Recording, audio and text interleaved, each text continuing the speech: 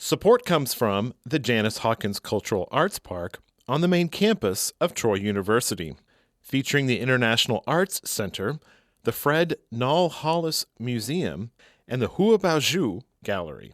More information at troy.edu/artspark.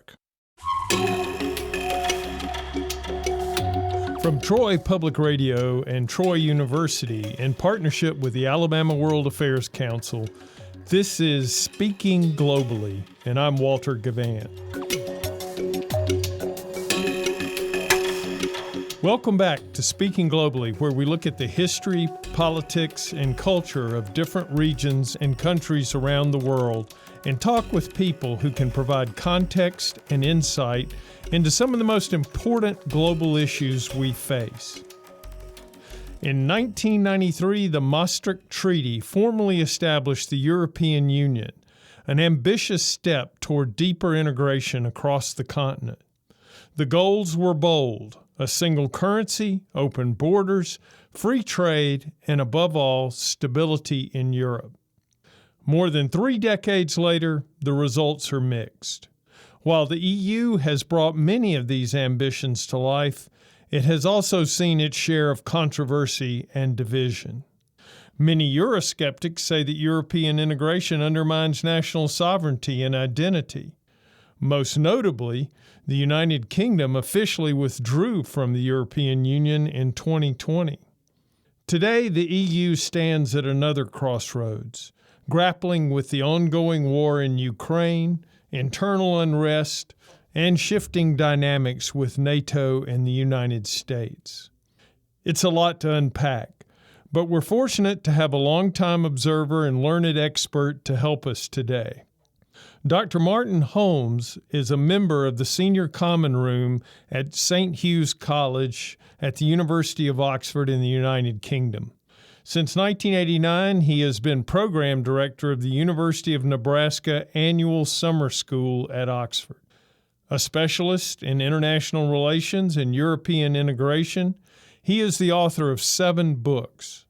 Our conversation today centers largely around his 2022 book, From the Treaty of Versailles to the Treaty of Maastricht: Conflict, Carnage, and Cooperation in Europe, 1918 to 1993.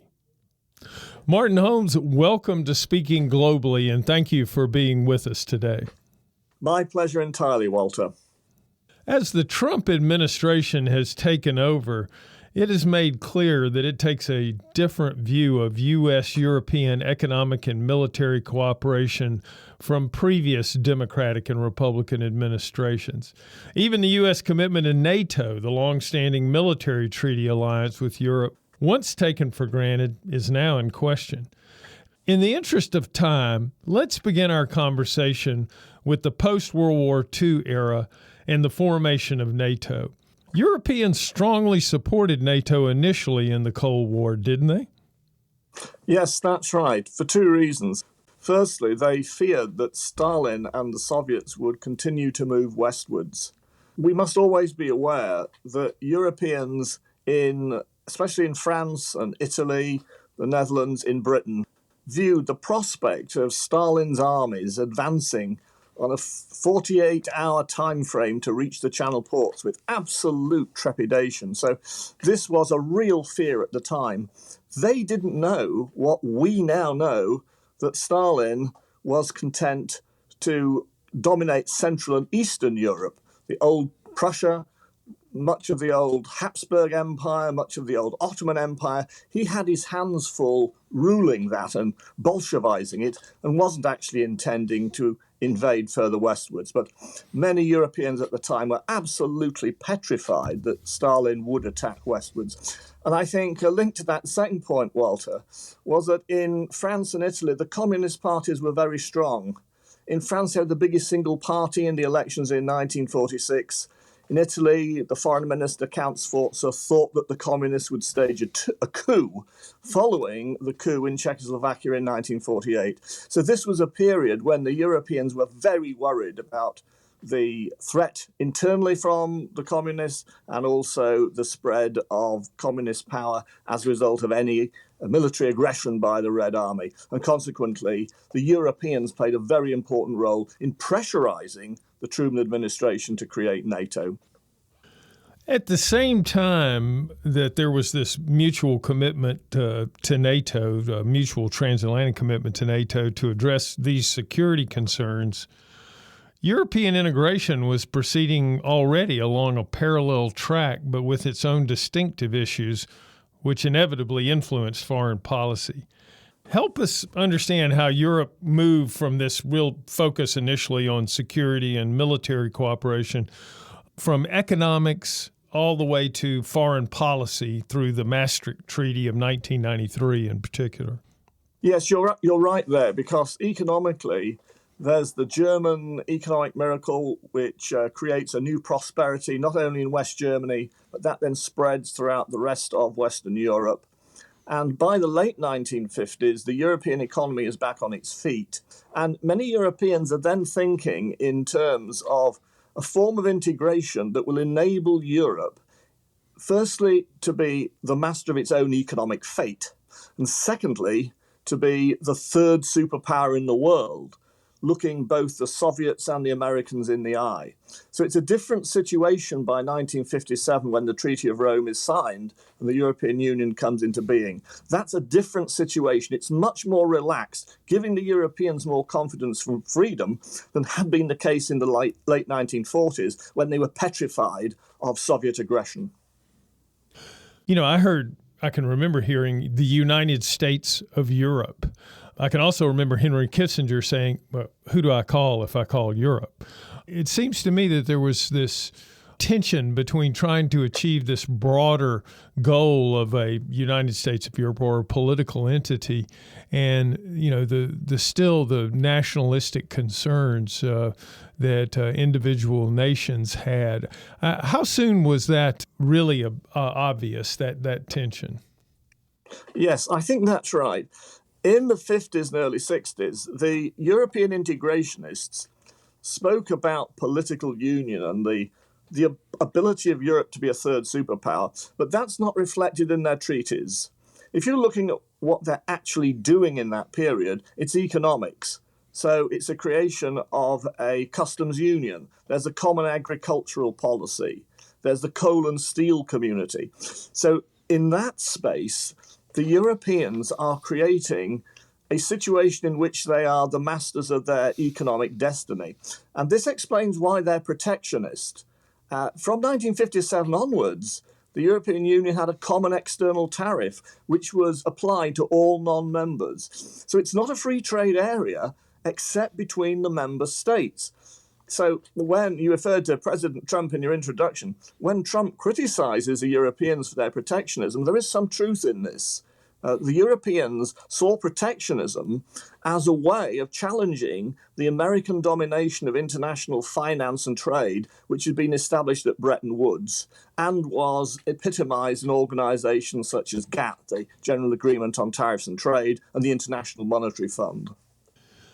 This protectionist impulse also, too, it seems to me, had a foundation in some cases in nationalism and also a sense of protection for culture or particular industries that had long traditions, whether it's the making of wine or cheese or other pursuits like that. Is this a sign that that kind of great goal of European integration into this larger entity was perhaps a bridge too far? Yes, I think that's right. And it's something I mention in the book, that there's a kind of paradox here. On the one hand, the European integrationists are opposed to nationalism, and they often used to equate nationalism with fascism, which I think is totally wrong. They're quite separate political ideas. But on the other hand, there is a kind of European nationalism. There's a development of European champions in terms of agriculture and industry and motor cars, and all that is subsumed within the customs union. And of course, the idea of European nationalism is part of Europe for the Europeans, and that ties in with Europe being able to, on the one hand, prevent any Soviet aggression, and on the other hand, to limit the power of American finance. It's interesting that the Europeans welcomed Marshall aid after World War II.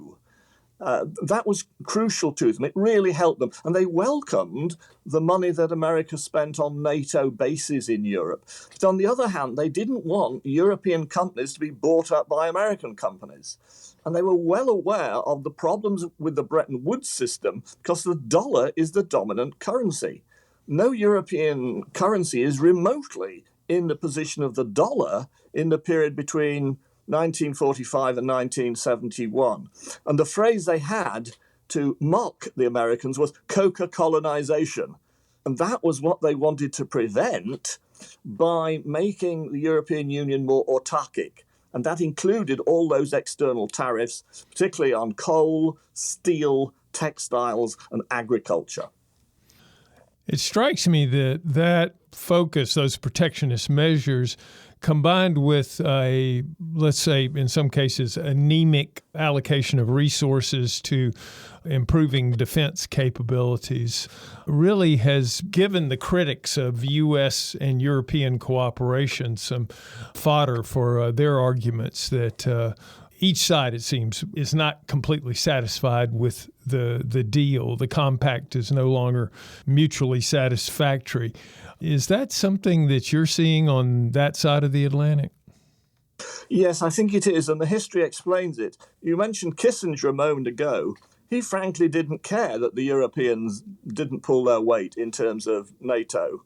In his worldview, the United States would boss NATO. The Europeans played a very secondary role, and if they didn't want to spend the then 3% of GDP on defence, it didn't matter so much. So it's no surprise that the Europeans ended up then having that reduced to 2%, move it on to the 21st century, and you've got the crisis of NATO funding, which was raised, first of all, back in the 1980s by Reagan.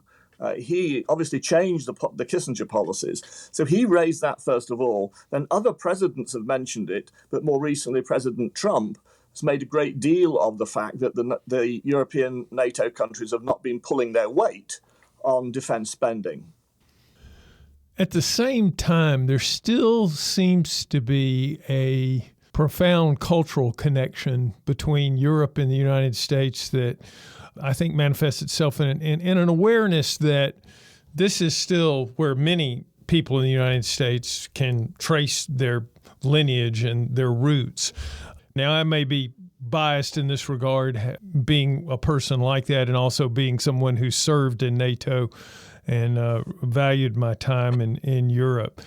Do you feel like the Europeans still feel like the United States is there and really connected to them in a profound way? Yes, I think that was the case, but more so during the Cold War, when all the democracies stood together against totalitarianism. But I'm not so sure it's as strong now. Obviously, the European countries are democracies, as is the United States. But one big difference here, Walter, is that America has a warfare state, but not so much a welfare state. Europe's the other way round. It has a welfare state, but not so much a warfare state. And in the book, one of my arguments was that if you look at why the European countries don't pull their weight in NATO, it's that they spend so much on welfare. And that is the most important issue in most European elections. So in the United States, and up to a point in Britain, parties have sometimes won power by promising tax cuts. But that doesn't work in Europe. In Europe, tax cuts are seen as code for reduced welfare spending. And this helps to explain why most European elections tend to be won by parties of the centre-left or populists who favour expanding welfare provision. So I think this is a very big difference between Europe and America. And of course, it means that all the treaties like Maastricht and Lisbon, which have outlined plans for greater European defence spending, are effectively stillborn because the European voters simply won't support any government that switches spending from welfare provision to greater military provision. You know, it's interesting how we throw out the word Europe as if everyone has the same understanding of what that means when we do. But Europe, throughout this whole process, really has changed if we look at the addition of new members to the European Union, if we look at the expansion of NATO? What is your sense of a kind of a European character, if there is one now, with all of these changes? I think, and going back to your previous questions as well, that in all European countries, there is still quite a strong sense of nationalism, national pride, and all the European Union countries have different constitutions. They all have their own versions of democracy, which reflect their history, culture, and custom. So I think, although the European Union has common policies, and these are reflected in the treaties, what it hasn't created is a common political identity of Europeans, a kind of European citizenship that supplants or supersedes the citizenship of the member states. So if you ask people what's their citizenship, they will say French or German or Spanish or Latvian or Polish or whatever, even if they are strong supporters of the European Union. Now that's something that the early instigators of European integration thought would fade away. They thought they would create a European identity that would be more important than national identity. And that hasn't happened. And in a way, that is one of the reasons why in the 21st century, there's been the rise in so-called Euroscepticism, doubts about European integration. And there's been something of a rebellion against those Europeans, especially in the European Commission, at the bureaucratic level, that have little time for the member states. If you look at some of the treaties recently, they have been transferring power away from the member states towards the European Union institutions, especially the Commission and the European Court of Justice, the European Central Bank, and so on. And that process has not been popular in many member states, which has led to the rise of Eurosceptical parties of both left and right. As we look at Europe, of course, we eventually get to Russia, the bear that's sitting there casting a long shadow. It's been interesting, the different approaches from the NATO approach to a more cooperative approach. And it looks like in the realm of energy, that was one of the places that Europe really began to look to Russia. It seems like two things they maybe were trying to do. One, its source of energy. Two, bring the Russians in. Germany's enthusiasm for Russian friendship after 1990 in particular stood out. What were the factors you see that influenced this relationship? And was it a hope that economic integration with Russia might ensure peace? Yes, it was. But I think in particular, after 1990, it was the way that the Europeans analysed the Gulf War, in which you, of course, served with such distinction. The European view was that the United States got itself into a difficult position in relation to oil supplies in the Middle East, because you've got to deal with so many different governments. There's an energy minister in Qatar, in Kuwait, in Saudi Arabia, in the Emirates. You've got so many different governments to deal with. And you've got the whole question of OPEC as well, which is largely based on those Middle Eastern countries. And from time to time, the United States has to go to war to ensure that supplies of oil are guaranteed, as was the case in 1990-91 with Desert Shield and Desert Storm. So what the Europeans wanted was to avoid that in the post-Cold War world. And if they could do a deal with one country, one energy minister, one leader, and if that deal could be guaranteed long term, then that would be preferable. So that's really how they turned to Russia.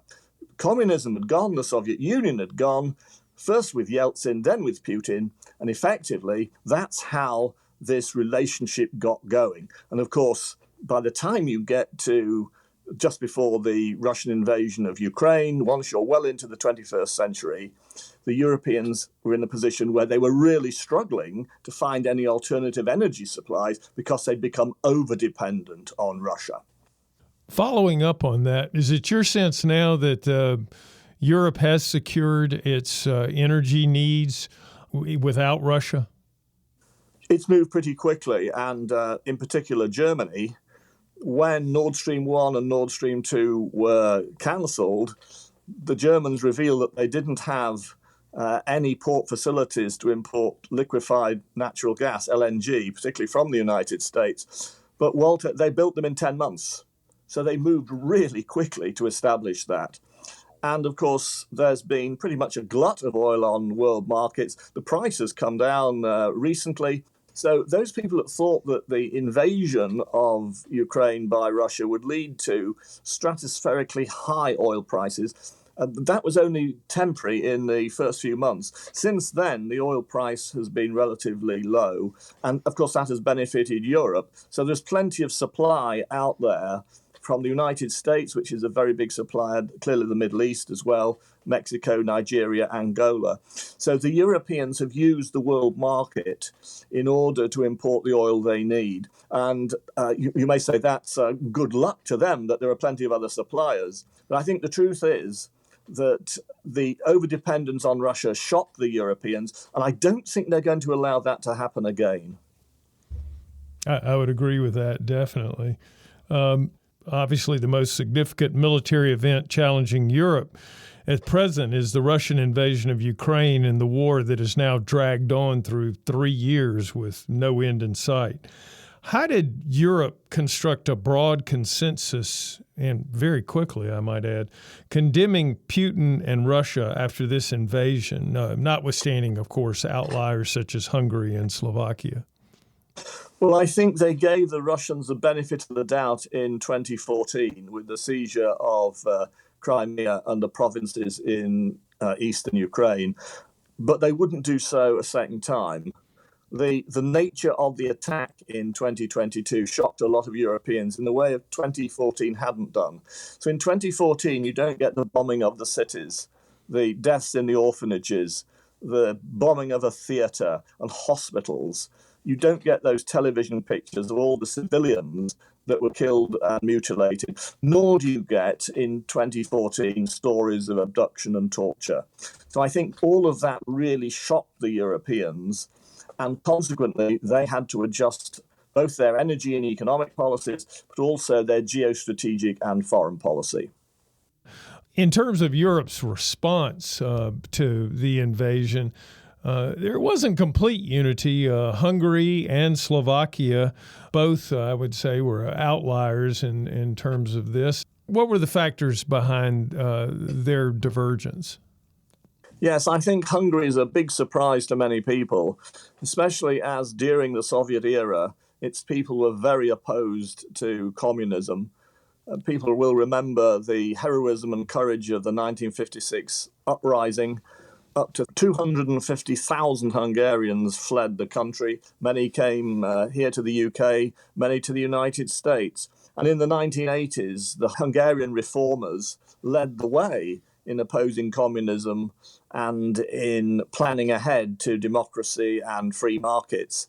So it's a surprise, given that Hungary was such an anti-communist society and culture, that Orban is able to gain repeated election victories on a platform of sympathy with Putin and antagonism to Ukraine. Additionally, we might be aware that there are territorial disputes. You've got some Hungarians, some Ukrainians on the wrong side of that border. But Orban is popular, and he is able to win those elections on a mixture of Hungarian nationalism, support for Putin-type policies such as natalism, wanting a big increase in the birth rate, and in Slovakia, with the election again of Fico, we've seen similar policies. Slovakia, of course, is very different from the Czech Republic. They were forced together at the Treaty of Versailles. It didn't work out. It split up in World War II. Then they had the so-called Velvet Divorce after the collapse of communism in the 1990s. So you've got those two countries where populist politicians have been able to defy the general European consensus. Interestingly, there, Fico in Slovakia is seen as populist left, whereas Orban in Hungary is seen as populist right. But I think whatever the classification, those are the two countries where at the moment there is very little support for the consensus in Europe, which is to oppose Putin and to support the imposition of sanctions. and to provide Ukraine with financial and military support. Let's return to this theme of protectionism because it's back in the headlines. Although the U.S. Court of International Trade has just stepped in, the Trump administration has put its faith in tariffs across a broad front and is taking aim at the protectionist European Union among the countries and entities it's dealing with. How is the EU responding to Trump's retaliatory tariffs? It's split, I think, Walter. You've got those people in the EU who are protectionists who rather welcome it, because protectionists around the world tend to stick together. They don't mind tariffs against them because it gives them an excuse to impose tariffs on other countries. So you do have, especially in France, those protectionists that say, okay, if Trump is imposing greater tariffs on European products, then the Europeans should simply ramp up their own tariffs. But I don't think that is the view of many in Germany or in the Netherlands, in the Scandinavian countries. And von der Leyen, the Commission president, she has made it clear that she favors some kind of deal with the United States, particularly the suggestion of zero tariffs on manufactured goods. Now, that, of course, would be quite an important step forward, and that would be to reverse the EU's policy for the last 70 years or so. The EU has never had zero tariffs on manufactured goods. It has always seen the manufacturing sector as worthy of being defended by protectionist measures, not just tariffs, but sometimes quantitative restrictions and rules of origin which will restrict imports. Some of those not necessarily aimed against America, but against Japan, countries in Southeast Asia, China, and so on. So I think at the moment, the European Union is trying to work out what to do. My feeling is that they may end up suggesting mutual reductions in tariffs in order to avoid the worst of the tariffs that the Trump administration is imposing. And you've got to remember here that the German motor car industry is a very big player in the political economy of Europe. It exports a lot of motor cars to the United States. I'm a regular visitor to the United States, as you know. I've been to 39 of the 50 states and spoken at many universities, including Tuscaloosa in Alabama. But I always notice in the car parks there are so many German cars. Not so many Fiats or Renaults, but lots of German cars. And the German car industry will not want to lose out on that very important market. So I suspect that the European Commission will prevail here with the support of the northern countries. And they will offer a package to Trump that is relatively attractive in terms of rowing back on some of the EU protectionist measures so that Trump can do the same. Let's turn now more specifically to UK, that is United Kingdom, and U.S. relations. In a 2016 referendum, the United Kingdom voted to leave the European Union. The infamous Brexit took place officially in January of 2020. How has Brexit affected international relations between two of the strongest allies, the United Kingdom and the United States? Well, American policy at the time was that Britain should support Remain. Barack Obama visited Britain during the referendum campaign and made a speech in which he urged people to stay in the EU. If you remember, that speech was actually written for him by David Cameron, and Obama said that if Britain left the EU, it would be at the back of the queue for a trade deal. And of course, no one in America uses the word queue. The American phrase is to wait in line. So the focus here in Britain was on why Obama had used the word queue when he should have said wait in line. And it turned out that he did so because he was effectively reading out what David Cameron had written for him. So it was counterproductive. And the next opinion polls all showed a spike in support for leave. As far as Anglo-American relations is concerned, leaving the EU did not affect NATO. It doesn't affect Britain's position as a member of the United Nations, one of the permanent five, one of the P5, where Britain often votes with the United States. It doesn't affect British commitments to international bodies like the IMF or to the Commonwealth. So the Brexit vote wasn't a vote for isolationism. It was a vote just to leave the EU, and it didn't actually affect Britain's commitments to other international organisations, nor to the relationship with the United States. So the Five Eyes arrangement on security, and then the arrangements over the last few years in relation to Australia and New Zealand and defence cooperation. None of that is affected by Brexit. So I think we need to put Brexit in its category. It is an important development, but it really related to British relations with Europe. It wasn't designed to downgrade Britain's international commitments elsewhere. I think the people have wondered, was there remorse about this? I had one British officer come speak to the Alabama World Affairs Council, and he indicated by his remarks in a gentle way and in a subtle way, as y'all are so good at doing, that there was some buyer's remorse, as we put it, to the Leave campaign. Has there been any backtracking on that? Well, with the greatest possible respect to that officer, I think we need to look at this in terms of the whole population rather than any individual. Walter, we've had 3 general elections since the Brexit vote. Every election has been won by parties that will either enact Brexit or respect it. There have been political parties that have campaigned in those elections to rejoin the EU. The best they've managed is about 13% of the vote. So I think, whether this is good or bad, leave that aside, I think it's settled.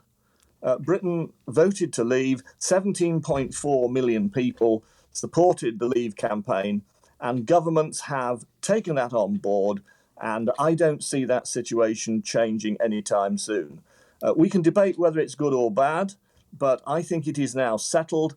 And I have to say, I haven't detected any great change in public attitudes. If you look at the opinion polls, you've still got as many people that favour Brexit as who favour Remain. And that was in line with the build-up. So if you look at the 20 years before the referendum campaign, opinion was becoming crystallised.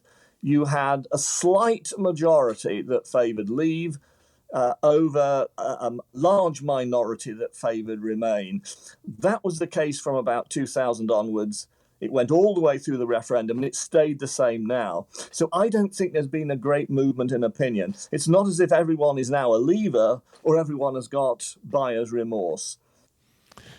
Back to the broader European level, you write that over the decades on both economic and security issues, there has been more divergence with Washington than convergence, a process which continues to this day.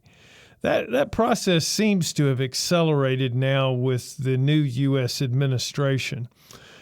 What do you see as the scale of that divergence? Is this something significantly new, and how much will it limit cooperation between the U.S. and Europe? Well, I think that what's happened with the invasion of Ukraine has given the Europeans a bit of a shock. And I think it's made them realise that they've got to do much more to defend their own continent. I think that's the first reaction. Secondly, I think, as we've mentioned, you've got the response to the Trump tariffs, and Europe has to think again about its protectionist policies. And then I think, thirdly, there's the whole issue of Europe's political economy and the whole model of European economics, the whole social model, the welfare state model, and the fact that so many European countries have massive debt and deficit. The extent of the crisis with Greece and Spain and Portugal and Ireland and Cyprus that required bailouts. Greece required 3 bailouts. The fact that the euro, which was launched to replace the dollar, hasn't done so. So I think there will probably be a rethinking within the European Union over the next few years. And it may be that that will continue the trend I mentioned in the book, that Europe will forge its own furrow, that it will be more disconnected from either the United States or the big countries in Asia Pacific, such as China, or the Asian tigers and Japan. So I think that's how I'd see it going, a far greater level of European independence. Obviously, Europe and the U.S. still have many mutual interests. Are these sufficient as a foundation for rebuilding a revised basis for cooperation, if not an alliance?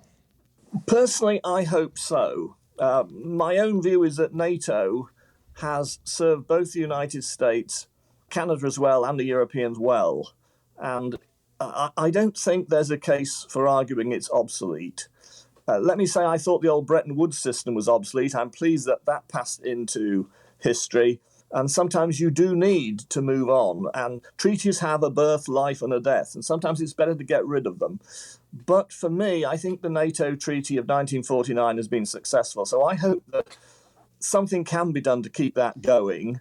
But if that's not possible, then I think that the members of NATO in Europe and in Canada, you might include Turkey as well, that they should still cooperate as much as they can in relation to deterring Russia and Putin.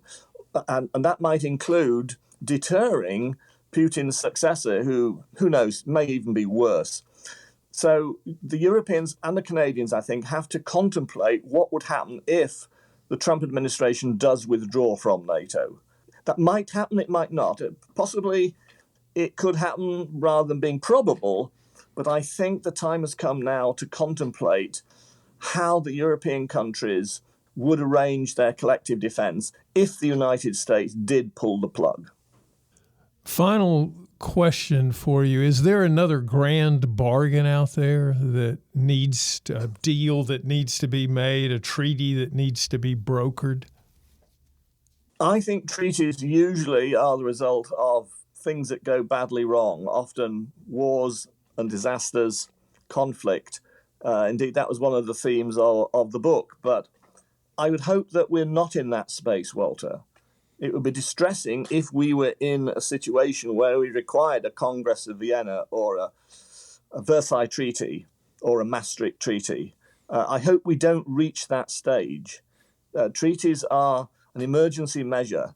It's the fire hose to put out the conflict. So I hope we don't reach that stage. I hope the existing transatlantic forums of cooperation can be enhanced. And as I say, I would hope that, despite the rhetoric of the Trump administration, that NATO will survive and prosper. But as I said earlier, to do that and to keep the Americans involved, the Europeans will need to find the money to increase their defense spending. And I think there are signs that they want to do that. We've seen that from the Merz administration in its early days in Germany.